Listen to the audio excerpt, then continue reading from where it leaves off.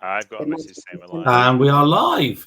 Good morning. Oh, there we go. How are we all? Welcome to this glorious sunny day down in deepest, darkest rural Dorset on our webinar around trust.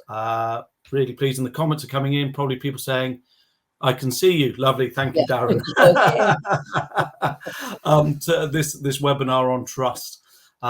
Really looking forward to it. We've got two big hitters today joining us. Stuart Wiggans, our Chief Compliance Officer at Shield Safety, and Katy Moses, MD and founder of CAM.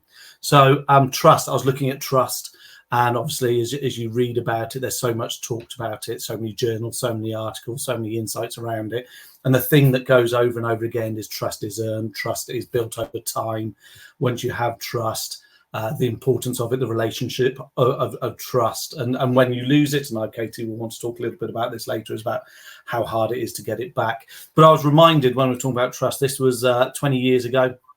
I was a young manager and I took over a team in the business I was working in, and it was a team of engineers. And on the Monday morning when they heard I was now their new team manager, I went into the office and there was this on my desk. I don't know if you can see it, and it's a mug that just says trust is earned. And this is something 20 years ago I learned early on in my career, and it stuck with me even to the point of I've taken it on many scout camps, many camping trips, and you can see it sat a little bit too close to the campfire. Now, people that know me, ordinarily that would have been binned, but that gave me, as I say, that lesson early on in my career about the importance of trust. It wasn't a particularly subtle message from the team, was it? I think they were clearly stating what they expected from me as a leader. So yeah, before we go on and talk about trust, let's introduce the rest of the panel today. We have Katy Moses, as I've said. Katy is founder and MD at CAM. I believe it's your 10th anniversary there, CAM, this year? It's this year, yeah, absolutely. It's just passed, and unlike normal at CAM, we haven't made a fanfare about it, so I must get on to that. But it's been a bit of a busy first half of the year. We'll send you a cake. There we go, Stuart. No, send Cam a cake from Shield I'll Safety. make a note of that one, Rob. The other thing to know about Katy is she's a trustee at the BII, and I've seen you present many times there and at other conferences. And what I do know is we're so pleased to have you join us on the webinar today, because when I've seen you present, you bring that valuable, actionable insights, that people can make meaningful change from. And I look around to the room, and there's people and its CEOs, independents, people throughout hospitality, desperately making notes as you're talking, photographing the screen, and they almost hang on every word that Katy says. So we're really pleased to have you with us today. The other thing I learned only just this week that you founded Peddling for Pubs, obviously the charity that supports Only a Payment Away and those in need in hospitality. And of course a common friend, Steve Alton, the CEO of BII. I regularly get updates of where he is on his peddling for pubs. So congratulations on founding that charity. I didn't appreciate that until recently. So that's Katy. That's quite a time consumer, that one. But we just actually hit our £1 million mark for fundraising. No. So, in 3 years. So we're really tough with that. But we've got a great team of leaders. So yeah. That's incredible. We need to get Stuart on a bike. And that's, there we go. There's that a chance to introduce Stuart. Stuart, as I've already mentioned, is our Chief Compliance Officer here at Shield Safety. He is well known in the profession and in retail and hospitality, a highly regarded and experienced EHP. Stuart today will be talking about his experience over that time, particularly as to Walmart. I'm sure there's some great insight that we can gain from that. What you may not know about Stuart, and he's also a contributor to Clay's Environmental Health Handbook. So that means a lot for EHPs that are on this call, and we'll always remember as students trying to learn how long have we got to detain food until it could become a seizure. Is it 21 days or 7 days? So Stuart, I know you were continue to be a contributor to Clay's, and that recognises your knowledge and insight around food safety in particular. So what we're going to do is I'm going to hand over to Katy, who's prepared some slides, going to do an introduction around the research that they've undertaken at CAM.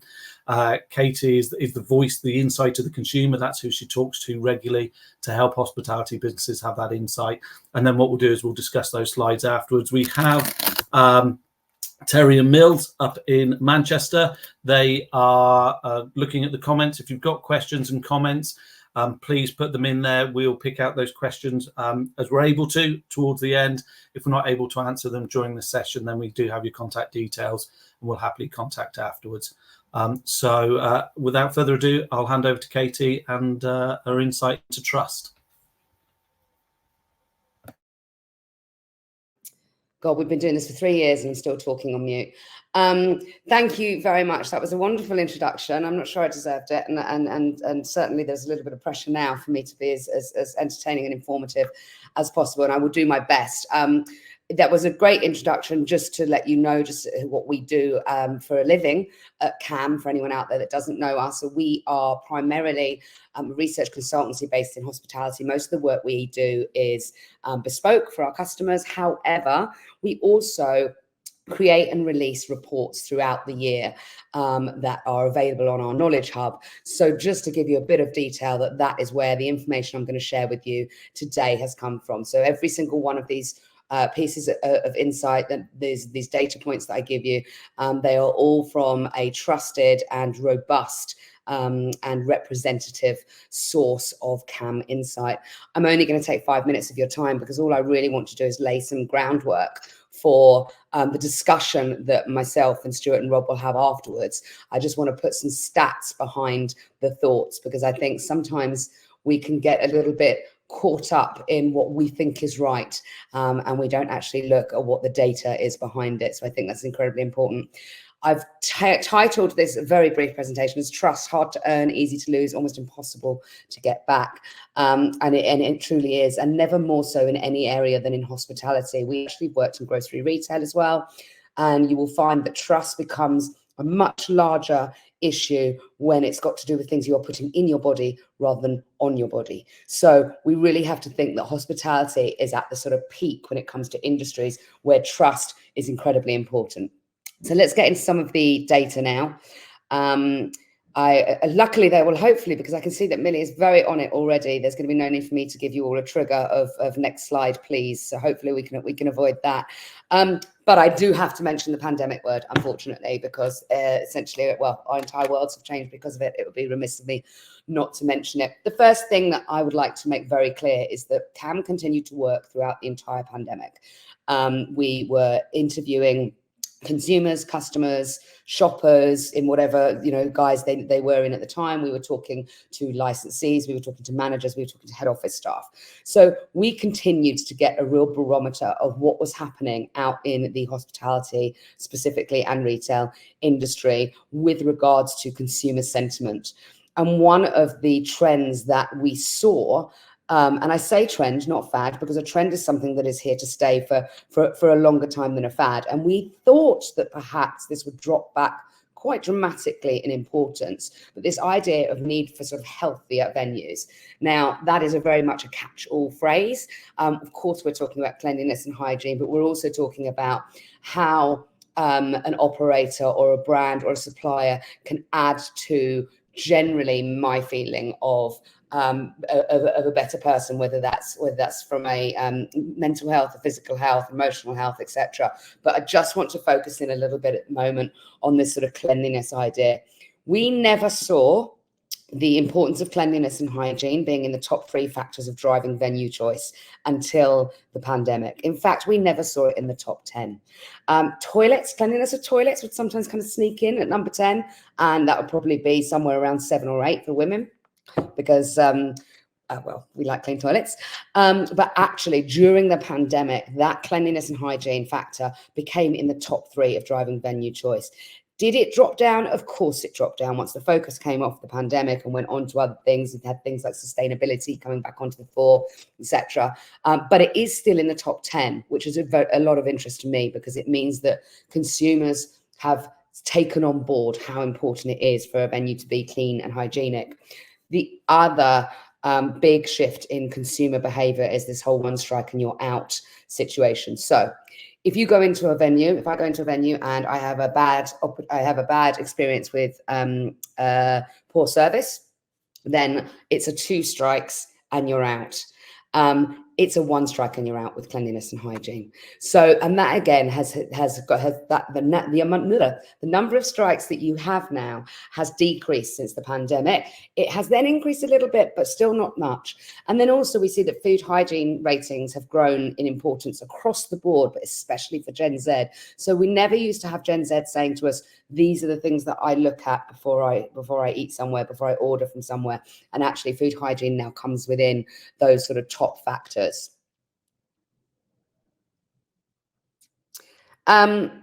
We are very well aware since the pandemic of, well, very, very much more aware, I should say, of what we're putting into our bodies. We think about it as the sort of being at home and feeding oneself effect. You know, we did that for so long. We knew exactly what we were eating. We knew exactly how clean our kitchen was. We knew in our heads what our own sort of food hygiene rating was. So it's become even more important that we can personalize and ensure that we have a large amount of information available to customers and consumers when they are in venue. So you can see there from some research that we conducted shortly after the pandemic, 69% of consumers wanted to customize and personalize their food choices when eating out of home. Now, sometimes that's because of dietary requirements, sometimes that's because of personal preferences, but either way, the consumer has become more demanding about how they would like to ascertain the information about what they're eating and drinking, of course, and also just that ability to make the choice to personalize their offer. 39% of consumers say that have someone or someone in their family has a food allergy or intolerance. I want to make a really important point here. If you are one of the 4% of vegans, and I'm not saying that's an allergy or an intolerance, I'm using it as an example, you are going to be the person that the restaurant is picked for if there are 5 of you going out for dinner. So although we have people with food intolerances, with allergies, with special diets, may well be in the minority, sometimes a very small minority, they are the people who the group around them will pick a restaurant for. It's the same if you don't drink. If you don't drink, then the people around you are more likely to look at what is the non-alcoholic options, what are the low and no options, and then pick somewhere accordingly. Because unless your friends and family are horrendous people, they want you to have as good a time as they do. So it's really important that we do cater for those special diets. And then 68% of consumers want to see calorie information clearly displayed on each item. I kind of swing from one side to the other with this. I'm not sure how necessary it is, but it does depend on what kind of mission people are on. If they're on a treat mission, they don't care. But on other missions, other occasions, perhaps they do. Thank you. Customers, this is actually from some brand new research that Canva released called Plan to Plate, and we run this quarterly. It's a quarterly survey speaking to customers, hospitality customers, just to find out exactly what are they doing, what are they looking for, what they like, what do they not like, etc. I put this particular chart up here, and it might be a little bit of an eye test for you. It is for me, but that's also making me think maybe I need some glasses. But customers are actively looking for specific information when they go into a pub, bar, or restaurant. And this is absolutely up-to-date information. This is in the last, it was in January to March this year. The new wave will be coming out next month, I guess. And what you used to see, again, pre-pandemic, was very much, I'm looking to find out what do they have? What's on the menu? How much are things? What are the promotions? What are the deals? What are the special offers? We're still seeing that. But what we're also seeing is hygiene ratings, you can see there, has actually crept into the top, back into the top 10. So it was in the top 3 during the pandemic. Then it kind of dropped down. Now you're seeing that's actually number 5 of importance when people are looking at venues, the venue to eat or drink out in. Information about how sustainable food and drinks are. And then if you actually go down a little bit further, you start to get to more information. But actually, the big point I want to make here is there's been a real shake-up in this top 10 in the last couple of years. And the shake-up has not shown any signs of departing from its current trajectory. Staff are obviously our biggest and best, well, they're great if they've got the knowledge that they need, but if they haven't, then obviously that causes a problem. The top areas that customers expect staff in pubs, bars and restaurants to know about, obviously what's on the food menu, obviously what's on the drinks menu, but the third most important thing is a knowledge of allergens.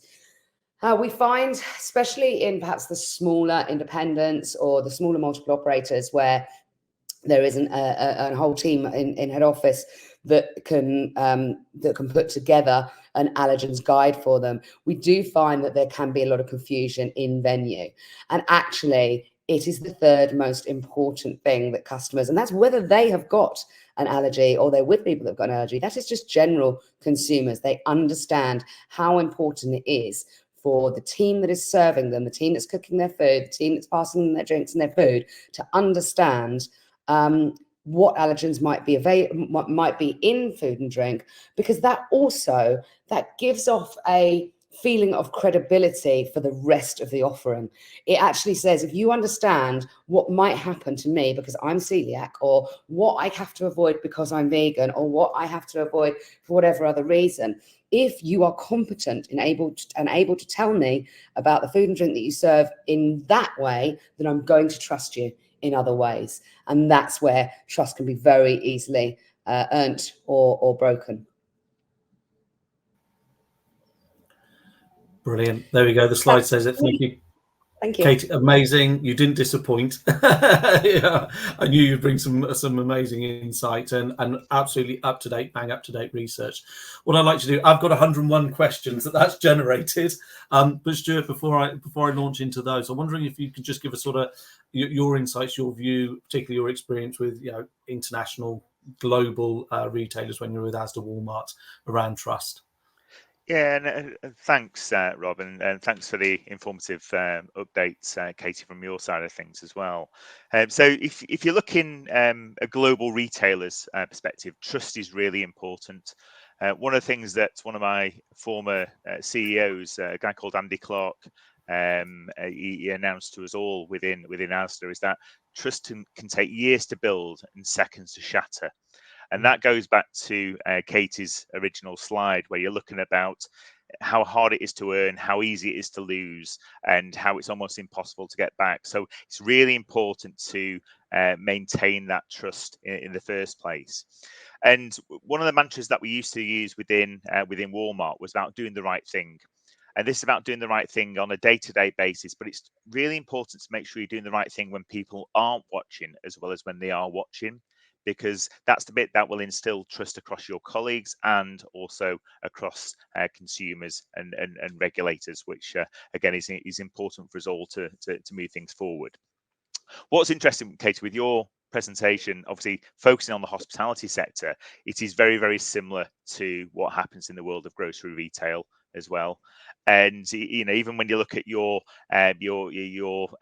information that customers are actively looking for when you're going out to a hospitality business, it's very, very similar to retail as well.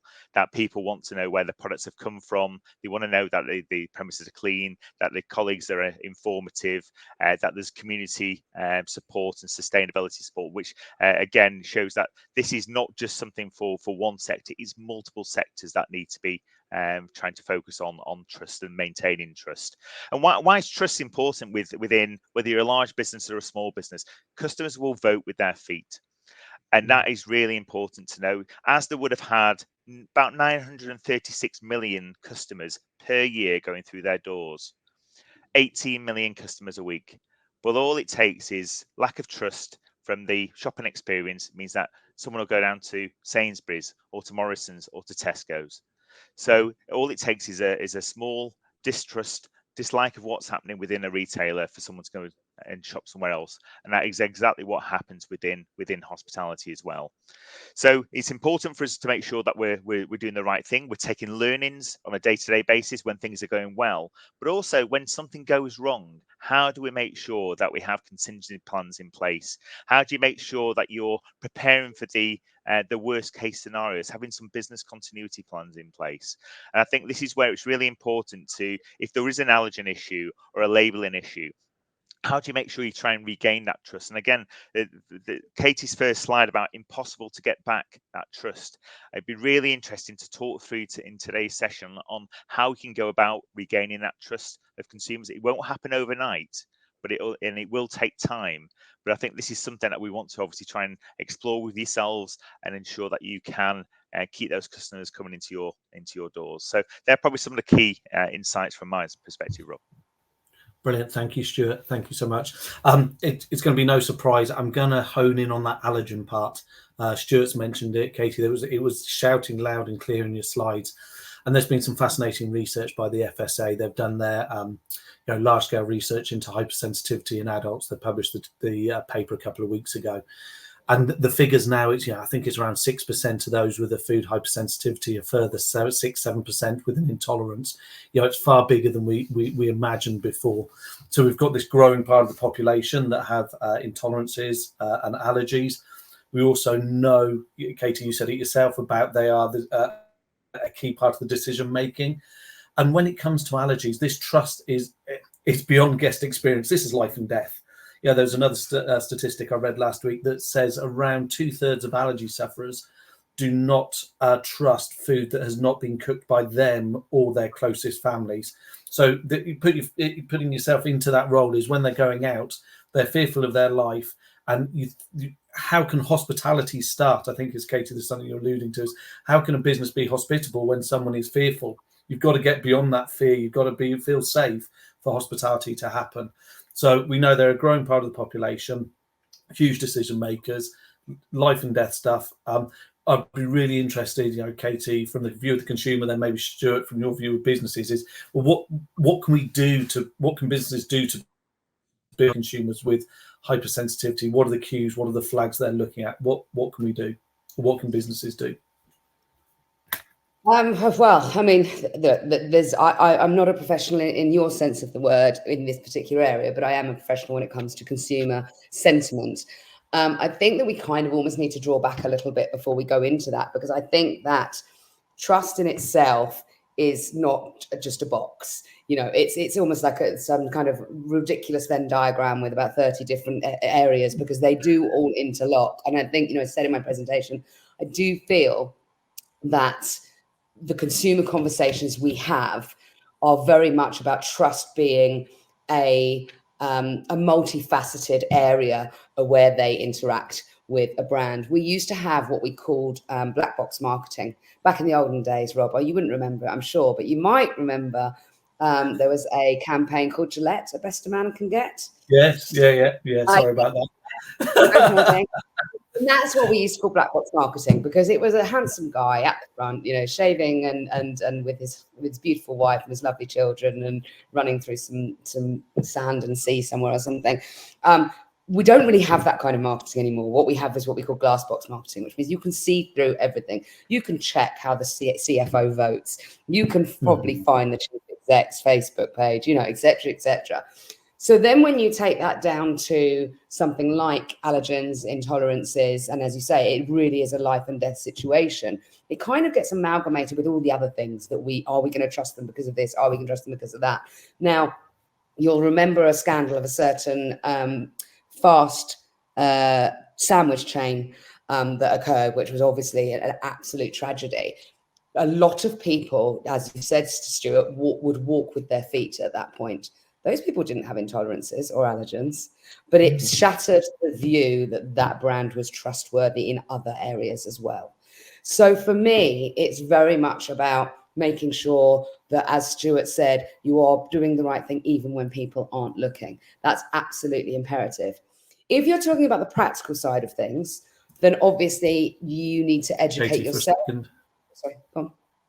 Oh, did I freeze? No. If you're talking about a practical point of view, can you hear me? Is everything right? Yeah, I can hear you, Katy. Okay. Did I freeze or something? Yeah, Sorry. We got you loud and clear. Yes. Okay, good. Sorry. From a practical point of view, consumers are not going to be very accepting of, I'm so sorry, but the person that knows about intolerances or allergens is on their break. Or the person, that knows about this only works on a Tuesday, or hang on, I'll make a phone call. Or, we've got to make sure we're educating the entire team. The entire team needs access to these to allergens, to intolerances, and to anything else that people might want to ask about the food. You know, how sustainable it is, where did that particular piece of meat come from? And I don't necessarily mean totally farm to fork. I know it's not possible for everybody, but certainly being able to have some kind of accessible traceability of food is incredibly important. And it's not good enough to have one person that's the champion of that, because we all need to understand that. That's brilliant. There's a couple of things I'll pick up on there before I go to Stuart. I'm minded to those that have studied Disney. Disney talk about everything speaks, isn't it? And in brand terms, that's congruence. Everything we do, everything we say, everything how we act. And I haven't heard that phrase glass box before, but that's what I'm minded of. Is we have to be aware of every message, intended or unintended. We will, you know, business will be judged upon. I think it's fascinating. It's and one of those areas I'll just pick up on. We've worked with businesses in the past that says, well, what we have is the manager they are our allergen champion. And actually, if you look at some of the stuff with Owen's Law that's being suggested, that was that there will always be a manager on site who will deal with allergen requests. Of course, the problem with that is we modelled it with this client and we said, well, how many allergen questions you get? Well, it's now around 15% of the population. That means that manager, they will be doing nothing else that day other than being taken allergen requests. So when you're building that guest journey, and we may talk about it later, is it has to be repeatable. It has to be like a drum beat. It has to be deliverable, you know, so don't design a guest journey that falters at the very first hurdle, which is everything goes to the manager. And it needs to be consistent as well. It needs to be consistent throughout the day part, the week part. If you've got more than one outlet, more than one branch, you know, you need to have a consistent messaging and a consistent ability to understand what is needed for people. Yeah. Brilliant. Very good. Excellent. Stuart, what's your view? So we've talked about the consumer, what they're viewing, what they need from a business. Any thoughts around, well, how does a business create that? You know, what do they need to be doing? Yeah, and I think you both touched on this point. I mean, management is crucial, making sure you have that tone from the top, the right leadership, and that's not just within the premise itself. It's from a head office perspective as well, and that's all the way through the line. It's consistent across all branches, all sites, all nations. Obviously, tailor-made for different regulatory requirements from that side of things, but also going down to the colleagues themselves, making sure that when you're looking at how those colleagues do the interaction with customers, how they're preparing food, have they got the right training? Have they got the time to do the job? Have they got the tools to do the job? Is the process fully outlined so that colleagues know exactly what they need to do with regard to those process and procedures? And also, is the right culture there in the working environment? So the managers are supporting the colleagues are interacting with customers and actually taking those learnings as well on a day-to-day basis. And as I said earlier, even doing the right thing when people aren't watching is crucial as part of this process. The other bit that I suppose, touching on what Katy was talking about as well, is this customer journey though doesn't just start with the restaurant. This customer journey starts with the websites. It starts with even the word of mouth on the street. It starts with the media. So that journey can start days, weeks, months before people make those decisions of where they're going to where they're going to eat. And then when you get into the premises, you've got whether you've got a host, what's that interaction like in the first day? What's the interaction like at the bar? And touching on your point, Katy, if you've got knowledgeable individuals everywhere from the bar staff through to those working on waiting on tables, if everyone's got that, can instill that confidence in you as a consumer, then you're more likely to go and eat there in the first place and actually return there as a visitor. And the other bit that then probably touches on this is the regulatory environment as well. Katy, you touched on about Gen Z and food hygiene ratings and the importance behind this. And we know that through the Food Standards Agency, there's about 90% of businesses which are 4 and 5 rated on food hygiene rating. Scotland, it's about 94% are at pass, which sounds fantastic. But we also know on the back of the pandemic that a lot of the regulatory visits haven't been occurring at the right frequency. We also know that even through our own audits that we conduct for numerous clients, that our ghost food hygiene ratings have actually dropped. So standards have dropped in some businesses, and it's really important for those businesses that want to instill trust with consumers is to make sure that they're doing the right things. So going back to Katy's original slides, that cleanliness and hygiene, that's really crucial to get those in place. So that training, the time, the tools, the process, getting all those and making sure you can bring those consumers in. So it is a round package of looking at the actual tools to do the job, but also that customer journey, and also making sure you've got the right focus from a regulatory point of view. 365 days a year, not just that one day when the regulator visits. Brilliant, thank you, Stuart. It's interesting you mentioned the food hygiene ratings there, and there are limitations to it for a number of reasons. Frequency, not least. We know research says people expect food businesses, that are inspected 3 monthly, 6 monthly. We know that's 18 months, 24 months. By design, based on risk, but also we see examples of businesses not being inspected for 6-7 years for a host of reasons. If it's not the food hygiene rating, what other cues, what other things can consumers be looking for to understand the safety? And this, again, Katy, I think you've talked about the glass box.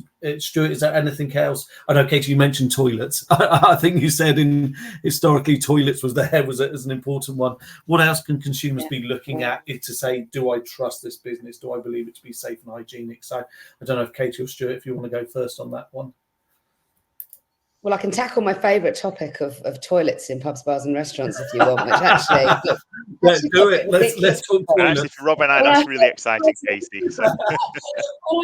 Stop Cam, it became a bit of a joke because every time I did a little review of where I'd been, first thing I talked about was the toilets. But it's absolutely imperative. If you can't keep your toilets clean, then should I trust a single thing that is going on in your kitchen?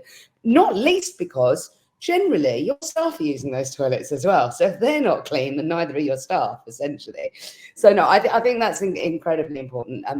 I think it's been a revelation to see how important cleanliness and hygiene really has become to many. I mean, even if, I when I'm in London, I quite often get Deliveroo because I come back late at night or whatever and I haven't eaten anything. You can filter by hygiene rating on Deliveroo and on any delivery platform. That's how important it has become to consumers, is that it has become a filter option.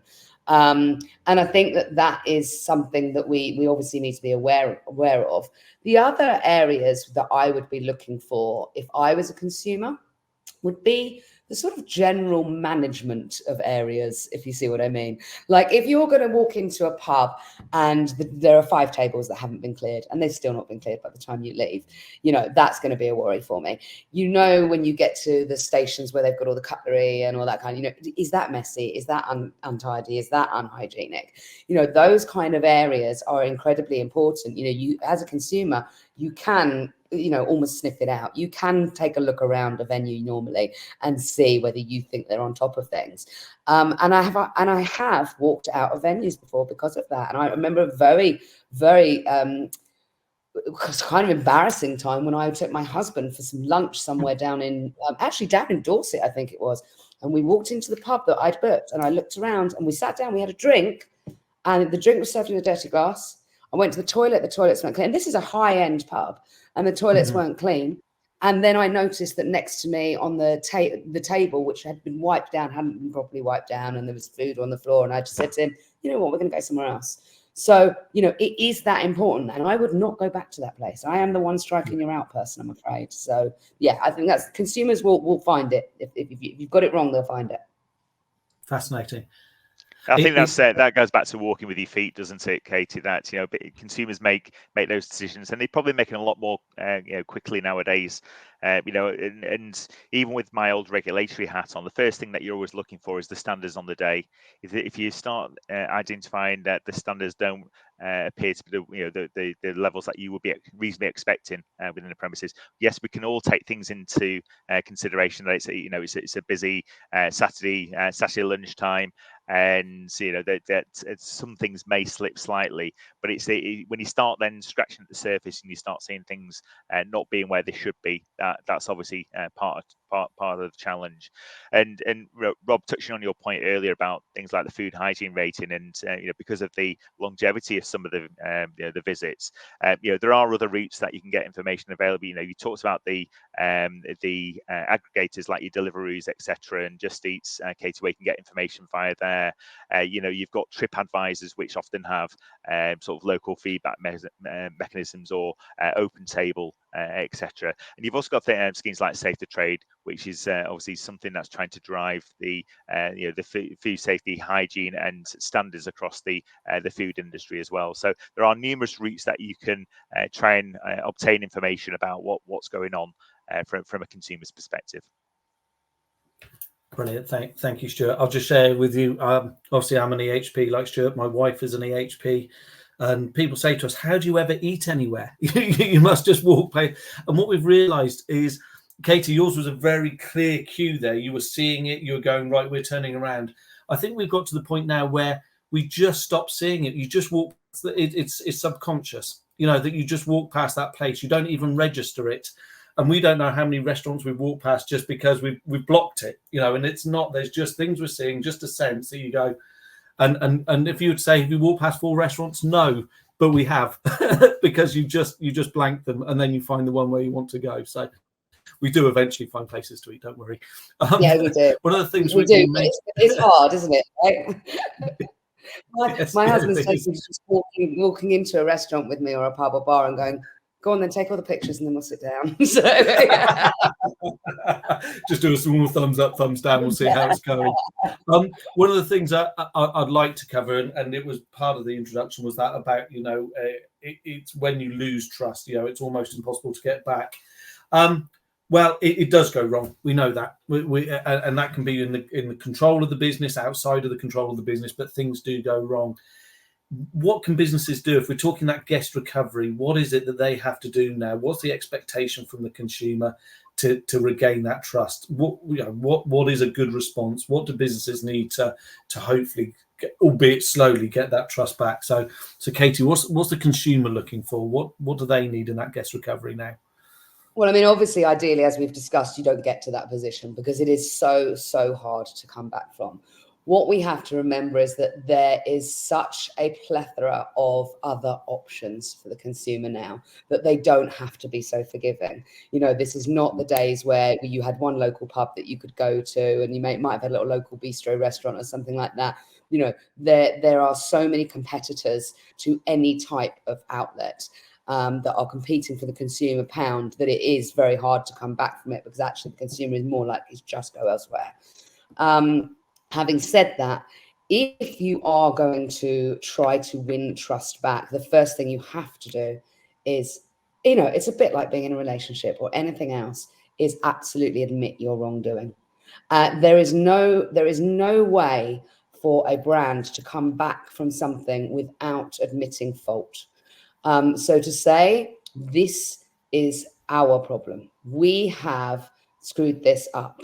And whether that is something very small or whether that is something very big, the first step to being absolved of the issue is to admit it. The second is to tell the consumer why. Now, we didn't used to have to do this. Again, when we did the black box versus the glass box marketing, we didn't really have to do that. It was a bit of a sort of, this happened, but won't happen again. Sorry about that. The consumer now is far more savvy to business practices, to how industries work, to how food and drink lands on their plate and in their glass, and the whole sort of idea of farm to fork, etc. So the consumer wants to know why. Why did it go wrong? Because if I can understand how it went wrong and why it went wrong, I can understand whether what you're going to do next is actually going to fix that. So then when you get to the point, you haven't even started to fix the problem yet. You've admitted to it. You've told the consumer what's happened. And then you start to fix it. But then you need to tell the consumer finally why it's not going to happen again. Because actually, the consumer is very, will listen to what you have to say, but we could still be sitting there thinking, yeah, but you told me what happened. You told me why it happened. You told me what you're going to do to fix it.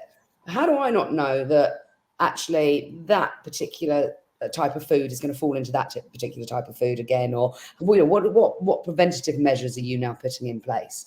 And then an apology. And I think that is what the consumer is looking for. And there's a really, really good example of this, which was, I think, just shortly post-pandemic. I can't really get the timings in my head. It was KFC. Do you remember when KFC ran out of chicken? And yes. Of course, not an allergen or an intolerance thing, not a life or death situation. Unless you have some kind of weird chicken addiction, but still very important. As a business, they ran out of the only thing or the main thing that they sell. And they took out full one-page newspaper adverts, and they said, yes, we know we're a chicken shop that's run out of chicken. And then they put a paragraph underneath as to why that happened. How they'd had these different supply issues, how there'd been a breakout of some disease. So, something that was very, very important from a health point of view. And then underneath they put how they were going to solve that. They said, what we're now doing is we're sourcing from X, Y, and Z on top of our usual sources. We hope to be back up and running with you soon. So they did it with a bit of humor because it wasn't a life or death situation. They could afford to do that. But they did the whole, here's what's happened, here's why it happened, here's what we're doing to solve it. And they made it as public as was physically possible. And I think that's incredibly important. I think it's fascinating. I had an old boss of mine who I remember him saying is never ruin an apology with an excuse. If you're apologetic, be apologetic. Don't then try and then layer on it with someone else's fault. You don't use the word but. That's the thing, isn't it? That's what they say. Don't use the word but. Yeah, that's exactly it. Yeah. And so often I think my time in operations, and I was like, stop it. You're making an excuse. Just take responsibility for this.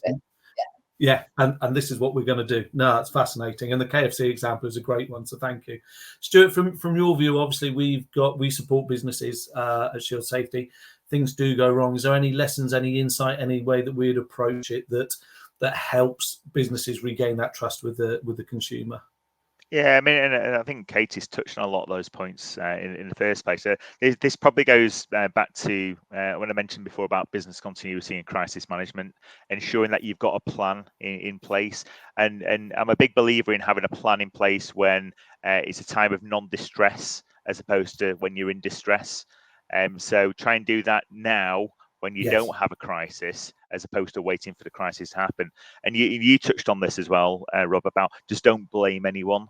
This is something you've got to own. You've got to work your way through it, and you've got to work your way out of this. But it all has to be done in a genuine way and an authentic way. This shouldn't just be tick box, just to say, oh, we've had a problem, we're just going to tick the box and then move on. Because consumers, probably going back to what you said before, Katy, about the way that advertising works, that consumers see through that now. They go, you're just going through the motions, aren't you?